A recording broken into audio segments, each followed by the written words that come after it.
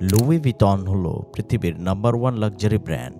এই কোম্পানিটির ভ্যালুয়েশন প্রায় $32 বিলিয়ন বেশি। এই কোম্পানিটির ইতিহাস 1800 সালের আগ পর্যন্ত বিস্তৃত এবং গল্পের শুরু হয় সেই সময় একটি শিশুকে নিয়ে, যে সব সময় সফলতার স্বপ্ন শুধুমাত্র দেখতেই পারত। তার কাছে না ছিল টাকা আর না ছিল পেট ভরার জন্য খাবার। সে প্রায় সময় কারিগরি কাজ করে নিজের পেট পূজা করত আর বিভিন্ন রকমের কারুকার্য করে নিজের ফাউন্ডেশন ঠিক করে, যেগুলো তার অজান্তেই লুই ভিতন কোম্পানির সফলতার ভিত্তি হয়ে দাঁড়ায়।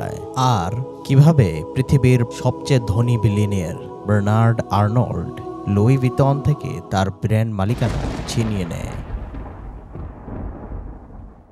1821 সালে লুই ভিতন আনচাই, ফ্রান্সে একজন কৃষক এবং টুপি প্রস্তুতকারীর বাসায় জন্মগ্রহণ করে। ওই সময় ফ্রান্স নেপোলিয়নীয় যুদ্ধ থেকে রিকভার করতেছিল, যার কারণে ভিতন পরিবারের মতন অন্যান্য কৃষি পরিবারের অবস্থা খুবই করুণ ছিল। খাবার ও পানির প্রচুর সংকট ছিল। খুবই অল্প বয়স থেকে লুই ভিতনকে কাজ করায় অভ্যস্ত থাকতে হয়, যেহেতু ঘরের অবস্থা অনেক বেশি খারাপ ছিল। সকাল থেকে রাত পর্যন্ত খেতে বিভিন্ন কাজ করত, পশু পাখি চড়াতো এবং খাবার রান্না করার জন্য কাঠ সংগ্রহ করার কাজ করত। যখন লুইর বয়স 10 হয়ে যায়, তখন তার জীবন আরো অনেক বেশি কঠিন হয়ে যায়। তার মা মারা যায় এবং অল্প সময় পরেই তার বাবা দ্বিতীয় বিবাহ করে। তার সৎ মা খুবই জঘন্য ছিল এবং প্রচুর পরিমাণে নির্যাতন করত। এক পর্যায়ে লুই ভিতনের সহ্য ক্ষমতা পার হয়ে যায় এবং 13 বছর বয়সে সে চুপি চুপি তার বাড়ি থেকে বের হয়ে যায়। এরপরে আনচাই থেকে সে প্যারিসের দিকে সফর শুরু করে। তার কাছে টাকাও ছিল না এবং খাবারেরও কোনো ব্যবস্থা ছিল না। এই জন্য আনচাই থেকে প্যারিস যাওয়ার পথে সে বিভিন্ন জায়গায় কারুকার্যের কাজ শিখত এবং সেখানে কাজ করে টাকা জমিয়ে পরবর্তী স্টেশন পর্যন্ত এগিয়ে যেত। এভাবে করে সে বিভিন্ন ধরনের স্কিল, যেমন লোহা নিয়ে কাজ করা, কাঠ নিয়ে কাজ করা, লেদার নিয়ে কাজ করা ইত্যাদি বিভিন্ন স্কিল আনচাই থেকে প্যারিস যাওয়ার পথে শিখে ফেলে। প্রায় সময় সে জঙ্গলে অথবা রাস্তার উপরে ঘুমাতো। তার কাছে শুধুমাত্র একটি কাপড় ছিল যা দিয়ে সে তার নিজেকে উষ্ণ রাখত। আর এভাবে করেই কাজ করতে করতে সে এক সময় প্যারিসে এসে পৌঁছায়। এমন সময় প্যারিসে সর্বপ্রথম রেল স্টেশন তৈরি করা হয়, যার কারণে যাতায়াত ব্যবস্থার উন্নতি শুরু হয় এবং মানুষজন এক এলাকা থেকে অন্য এলাকায় যেতে ট্রেনের ব্যবহার শুরু করে। এই যাত্রাপথে তাদের বিভিন্ন মাল সামানা নেয়ার জন্য লাগেজের খুব প্রয়োজন ছিল। কারিগররা এই সুযোগ কাজে লাগিয়ে লাগেজ তৈরি করার কাজ শুরু করে দেয়। সে সময়কার ধনী লোকেরা প্রায় সময় বিভিন্ন ফার্নিচার, সঙ্গীত ইনস্ট্রুমেন্ট অথবা পেন্টিং নিয়ে এক জায়গা থেকে অন্য জায়গায় ট্রাভেল করত। তাদের এইসব জিনিস গুছানোর জন্য লাগেজের মধ্যে স্পেসিফিক সিস্টেম থাকা খুব বেশি জরুরি ছিল। ভাগ্যবশত লুই ভিতনকে মিসিও মারিশিয়াল নামের এক ব্যক্তি কারিগর হিসেবে হায়ার করে নেয়। সেখানে লুই ভিতন তেমন একটা টাকা অর্জন করতে না পারলেও তার অদম্য শিক্ষার ইচ্ছা তাকে সেখানে একজন সুদক্ষ কারিগর হিসেবে প্রতিষ্ঠিত করে তোলে। সে মারিশালের ক্লায়েন্টদের মধ্যে খুব বেশি প্রসিদ্ধ হয়ে ওঠে। এরপর সময়ের সাথে সাথে কাজ করতে করতে ফ্রান্সের রানী লুই ভিতনকে তার পার্সোনাল লাগেজ ডিজাইনার হিসেবে অ্যাপয়েন্ট করে নেয়। রানীর জন্য 1 বছর কাজ করার পরে লুই ভিতনের ডিমান্ড অনেক বেশি বেড়ে যায় এবং সে তার প্রথম দোকান প্যারিসের মধ্যে খুলে ফেলে। সে তার প্রোডাক্টের মধ্যে নতুন নতুন উদ্ভাবনী করে, যার কারণে মার্কেটের মধ্যে বিশেষ বিশেষ বিপ্লব দেখা যায়। ওই সময় বক্সগুলো লেদারের তৈরি হতো। সেই বক্সের কোনাগুলোতে লোহার মেটাল দেয়া থাকতো আর বক্সের উপরের অংশ সবসময় গোলাকার হতো, যেন বৃষ্টির পানি পড়লে তা ভিতর দিকে না গিয়ে সাইড দিয়ে পড়ে যায়। এই কারণে বক্সগুলোকে একটার উপর একটা রাখা কোনোভাবেই সম্ভব ছিল না। আর ট্রেনের মধ্যে বক্সগুলোকে লোড করতে অনেক বেশি সময় লাগতো।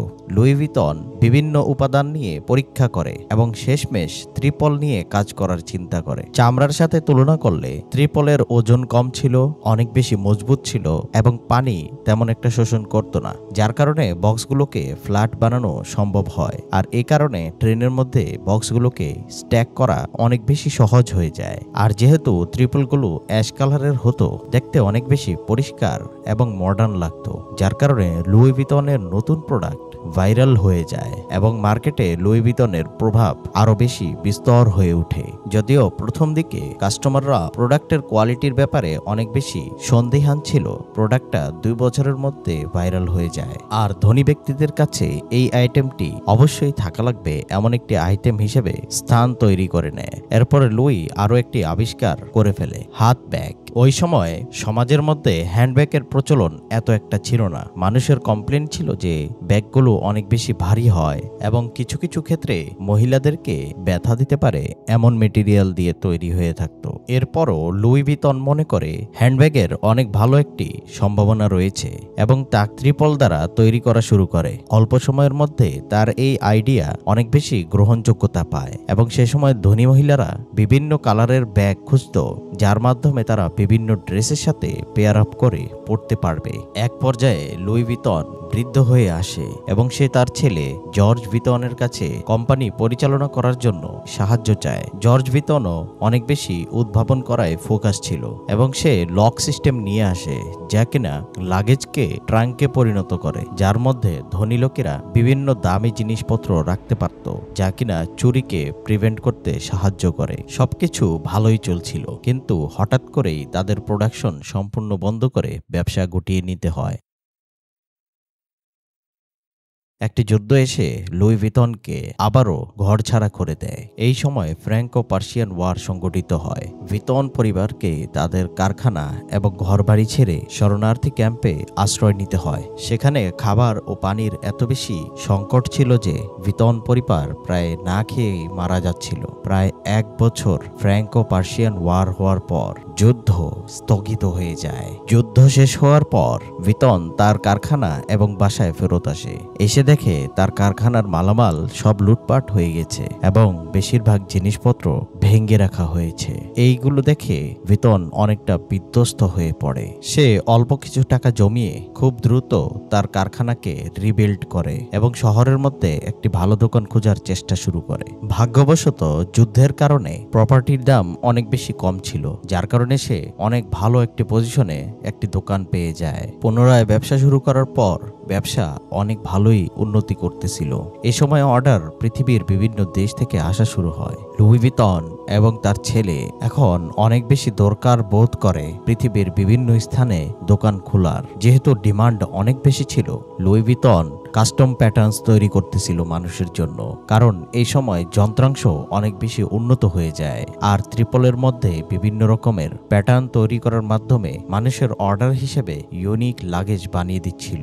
এই ধরনের ডিজাইন মানুষকে এই প্রোডাক্টের মাধ্যমে স্ট্যাটাস অনুভব করার সুযোগ করে দিচ্ছিল এবং এগুলো নকল করাও অনেক বেশি কঠিন ছিল। এরপরে লুই ভিতন এত বেশি ইন্টারন্যাশনাল অর্ডার পেতে থাকে যে সে লন্ডনে প্রথম একটি দোকান খোলে। আর এভাবে সে বিভিন্ন দেশের ধনাঢ্য ব্যক্তিদের কাছে অনেক বেশি পরিচিত হয়ে ওঠে। এই সময় লুই ভিতন ক্যাটালগ সিস্টেম তার ব্যবসার মধ্যে পরিচিত করায়, যার কারণে মানুষের জন্য অর্ডার করা অনেক বেশি সহজ হয়ে যায়। আর এই ধাপটা তার ব্যবসা বৃদ্ধি করার জন্য আরো অনেক বেশি ভূমিকা পালন করে। কিন্তু সে বছরই এমন একটি ঘটনা ঘটে যার কারণে লুই ভিতনের পরিবার অনেক বেশি ধাক্কা খেতে হয়। 72 বছর বয়সে লুই ভিতন তার বাসার মধ্যেই মারা যায়। এটা এখন জর্জের দায়িত্ব ছিল যে তার বাবার বিজনেস পরিকল্পনাগুলোকে বাস্তবায়ন করা। জর্জ কোনো সময় নষ্ট না করে সাথে সাথে আমেরিকার মধ্যে অনুষ্ঠিত বিশ্ব মেলাতে অংশগ্রহণ করে। এই ধরনের এক্সপিরিয়েন্স তাকে শিক্ষা দেয় যে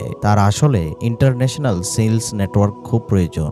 আর ভাগ্যবশত সে ওই মেলার মধ্যে এমন একজনের সাথে সাক্ষাৎ করে যে কিনা তাকে এই কাজে সাহায্য করতে পারবে, জন ওয়ানামেকার।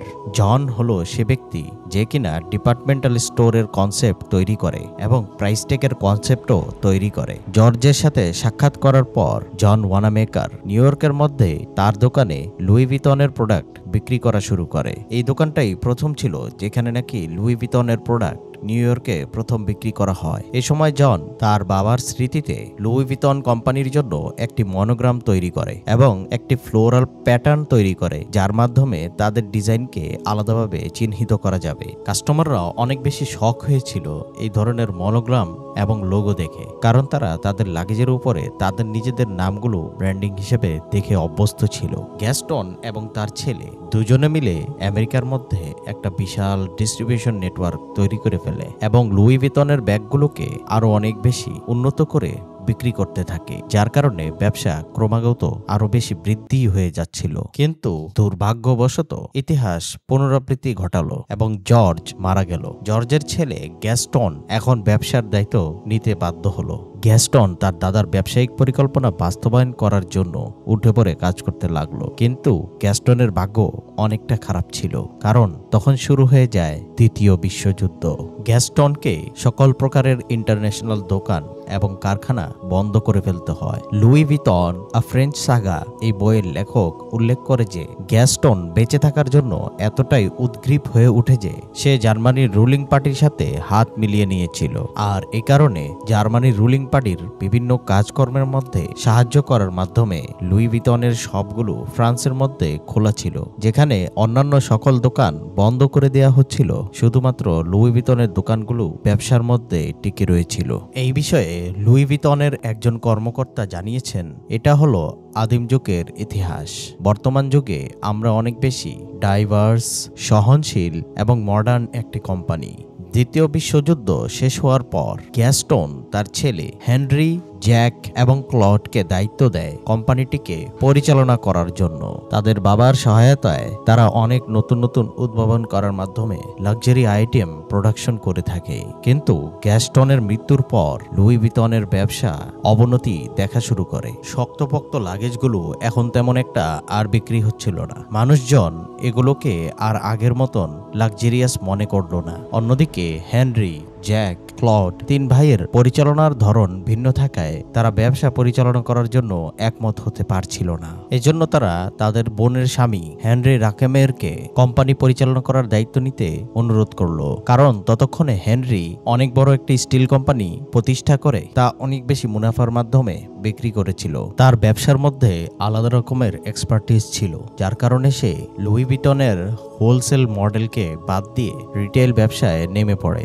এবং এশিয়ান মার্কেটে এক্সপ্যান্ড করার পরিকল্পনা করে। শুধুমাত্র 6 বছরের মধ্যে লুই ভিতনের বিক্রি 20 মিলিয়ন থেকে 260 মিলিয়ন ডলারে উন্নীত হয়। আর ঠিক এমন সময় হেনরি লুই ভিতনকে পাবলিক কোম্পানি হিসেবে লিস্ট করে। লুই ভিতনের শেয়ারগুলো খুব দ্রুত বিক্রি হয়ে যায়, কিন্তু তার ঠিক 2 মাস পরেই লুই ভিতনের স্টক রেট আপ ডাউন করতে শুরু করে। অ্যানালিস্টদের মতামত ছিল বিক্রি অনেকটাই হ্রাস পাবে, কারণ নকল প্রোডাক্ট অনেক বেশি তৈরি হচ্ছিল। তারপরেও হেনরি সারা বিশ্বের মধ্যে আরো অনেক বেশি স্টোর ওপেন করলো এবং কয়েক বছরের মধ্যেই বিজনেস অ্যানালিস্টদেরকে ভুল প্রমাণ করে দিল।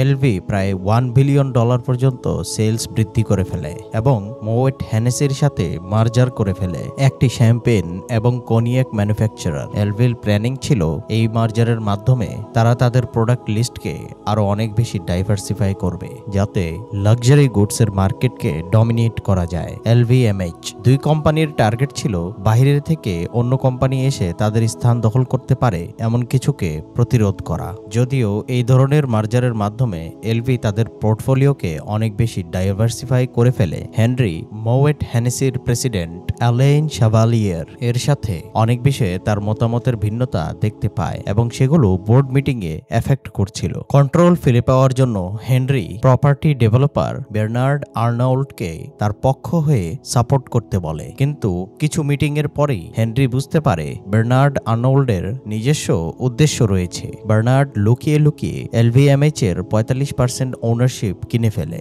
আর সাথে সাথে মোয়েট হেনেসি ফ্যামিলির সাপোর্টও গেইন করে ফেলে। এরপরে হেনরি এবং বার্নার্ডের মধ্যে আইনি একটি যুদ্ধ হয়। কোর্ট বার্নার্ডকে সাপোর্ট করে এবং হেনরিকে বাধ্য করে স্টেপ ডাউন করার জন্য। এরপর থেকে এলভি অনেকটাই পিছিয়ে পড়ে অন্যান্য লাক্সারি ব্র্যান্ডের তুলনায় এবং মার্কেটে এলভিকে নিয়ে এত একটা হাইপ থাকে না। বিক্রি অনেকটাই কমে আসে এবং ব্যবসাটাকে অনেকটা স্মল বিজনেস হিসেবে ট্রিট করা হয়। এমনটা ততদিন চলতে থাকে যতদিন না এলভি আবারও লুই ভিতনের ফুটস্টেপ অনুসরণ করে ইভ কার্সেলের লিডারশিপের আন্ডারে, যখন নাকি সে একটা নতুন আইডিয়া নিয়ে উপস্থিত হয় যা কিনা এলভির ভবিষ্যৎকে পরিবর্তন করে ফেলে। কোম্পানিটি প্রসিদ্ধ ডিজাইনারদেরকে আমন্ত্রণ করে, যেমন ভিভিয়েন ওয়েস্টউড, আইজ্যাক মিজরাহি, মানোলো প্লেনিক যেন তারা এলভির মনোগ্রাম ইউজ করে হ্যান্ডব্যাগ তৈরি করে তাদের 100তম প্রতিষ্ঠা বার্ষিকী উপলক্ষে। সেই সময় এই ধরনের কোলাবোরেশন তেমন একটা শোনাই যেত না, যার কারণে এই ধরনের প্রোডাক্টগুলো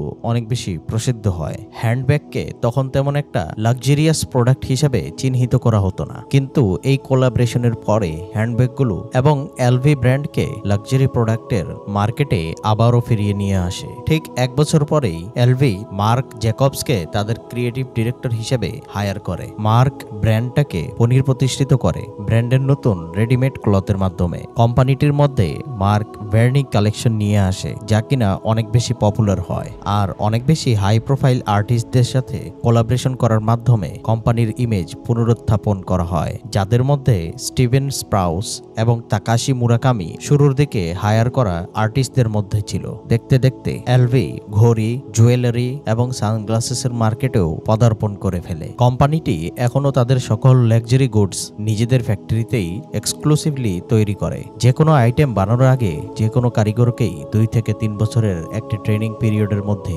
যেতে হয়। তার আগে কোনো কারিগরি কোনো কিছু সরাসরি তৈরি করতে অনুমতি পায় না। বর্তমানে এলভি হলো পৃথিবীর টপ লাক্সারি ব্র্যান্ড, যার ভ্যালুয়েশন $32 বিলিয়ন বেশি। আর এভাবেই 1800 সালে ঘরবাড়িহীন গরিব লুই ভিতন পৃথিবীর নাম্বার 1 লাক্সারি ব্র্যান্ডের প্রতিষ্ঠা এবং ফাউন্ডেশন তৈরি করে রেখে যায়।